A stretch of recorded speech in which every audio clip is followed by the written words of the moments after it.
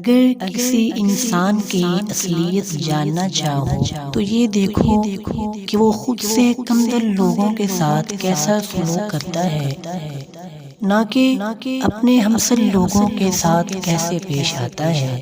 بہترین کی امید رکھو اور بدترین کے لیے ہمیشہ تیار رہو۔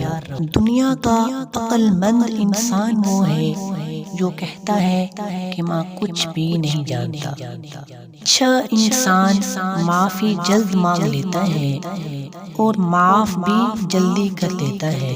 چیزوں کو نظر انداز کرنا سیکھیں، یہ پرسکون رہنے کا بہترین طریقہ ہے۔ 99% لوگ صرف اس 1% کے ملازم یا غلام ہوتے ہیں کہ جنہوں نے ابھی تک ہمت نہیں ہاری ہوتی۔